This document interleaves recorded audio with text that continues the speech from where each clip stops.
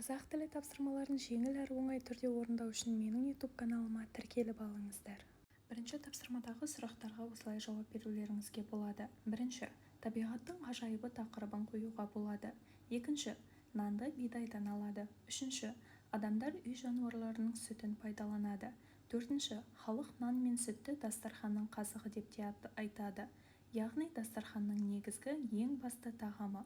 Жоқ, ағашты сау деген тіркес дұрыс емес деп ойлаймын. Екінші тапсырма. Бұл жерде берілген қара сөздердің синонимдарын жазып шықтық. Тәрізді, сияқты, ұқсас, секілді. Тұрғындар, халық, ел, жұрт. Салқын, суық, қоңыржай. Ұқсас, тәрізді, егіздей, бірдей. Пісіреді, дайындайды, қуырады, өңдейді. Халық, ел, жұрт, қауым. Тағам, ас, дәм, қорек. Зерттеп, қарастырып, тексеріп, үйреніп. Аздап, біраз, мөлшерлеп, сәл. Айнымай қалады, өзгермейді, сол күйінде сақталады, бұрынғыша тұрады. Кейбір синонимдарға сөйлемдер құрастырдық. Ауылдың тұрғындары жаздың келуін қуанышпен қарсы алды. Таңертең дала салқын болып тұрды. Осы екі ағаш бір-біріне өте ұқсас. Әжем нанды тандырда пісіреді. Төртінші тапсырмада өсімдіктердің қорғануы.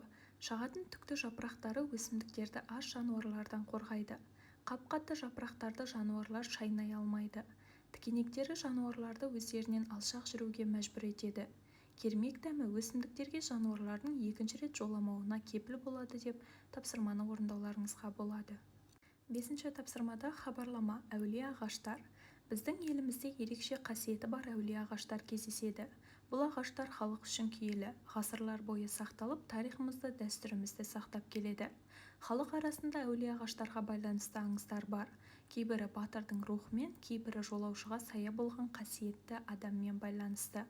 Әулие ағаштар тек табиғаттың сәні емес, біздің рухани мұрамыз. Сол себепті оларды қорғап құрметтеу өте маңызды деп тапсырманы орындауларыңызға болады. Ақпарат пайдалы болса, менің YouTube каналыма тіркеліп, лайк басып, комментарий жазып, менің арнамның дамуына өзіндік үлестеріңізді қосыңыздар. Назарларыңызға рахмет.